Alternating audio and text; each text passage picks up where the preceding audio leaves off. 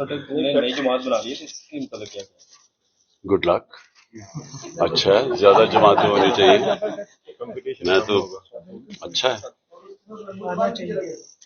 سال سے 50 جو آپ نے آشیانہ بنایا تھا وہ اب شرازہ 20 سال لگے آپ کو، تو کیا کہتے ہیں؟ دیکھو میں آپ کو بتاتا ہوں، جب جنگ خندق ہوئی نا، 1 مہینے کی وہ جنگ تھی، تو جب جنگ ختم ہوئی تو ایک آیت آئی نبی کے لیے کہ کیا نبی صلی اللہ علیہ وسلم آج آپ کو پتا چل گیا کہ آپ کے ساتھ کون ایمان والے لوگ تھے اور کون جن کے ایمان کمزور تھے، جو منافق تھے.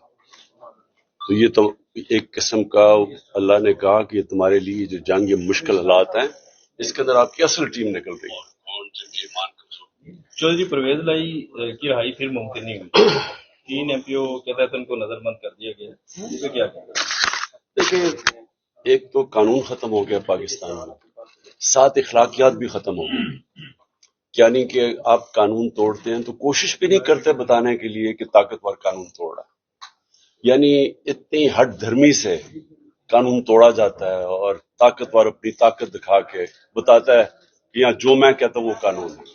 تو پرویز الہی جو سٹینڈ لے گئے ہیں، میں تو سلام کرتا ہوں کہ اس عمر میں جس طرح کی ان کو مشکلات کی سامنا کرنا پڑا، جس طرح رکھا گیا جیل میں، تو میں تو حیران ہوں کہ ہمارے جن کو میں سمجھتا تھا اپنی پارٹی میں نظریاتی ہیں، وہ ایسا پریشر نہیں لے سکے، اور جو باہر سے آئے ہیں پارٹی کے وہ اس طرح کا سٹینڈ لے گئے ہیں. میں تو سلام کرتا ہوں. اچھا خان صاحب، اگر 90 دن میں انتخابات نہ ہوئے تو کیا اسٹریٹجی ہوگی آپ؟ دیکھیں ہماری اسٹریٹجی کیا ہوتی ہے، 14 مئی کو سپریم کورٹ الیکشن اناؤنس کرتا ہے آئین کے مطابق، حکومت اس کی پرواہ نہیں کرتی. وہ تو مجھے تب ہی پتہ چل گیا تھا کہ یہاں آئین کی تو اب کوئی حکمرانی ہے ہی نہیں، تو اب تو جنگل کا قانون ہے. تو اب جنگل کے قانون میں جو مرضی چاہے کر دیں گے. لیکن اس سے ہوگا کیا؟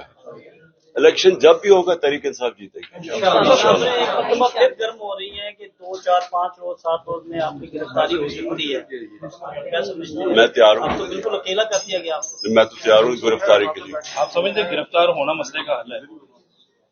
وہ یہ سمجھتے ہیں، میں سمجھتا ہوں کہ اس سے کوئی فرق نہیں پڑے گا، بلکہ لوگوں کے اندر جو اس وقت ایک غصہ ہے قوم کے اندر، وہ بڑھتا جا رہا ہے.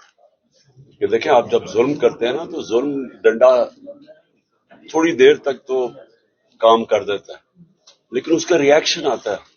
تو یہ جیسی پریشر اترے گا الیکشن کا، آپ دیکھ لیں گے کہ اس میں دودھ کا دودھ پانی کا پانی ہو جائے گا. اچھا، پارٹی پر پابندی اور آپ کی نااہلی کے حوالے سے آپ کیا کہیں؟ پارٹی پہ پابندی بھی کس طرح لگائیں گے پابندی؟ یعنی کیسے لگ سکتی ہے؟ اور دوسری چیز نااہلی انہوں نے کیسز اتنے کیے ہوئے ہیں، ایک بڑی جلدی کوشش کر رہے ہیں کہ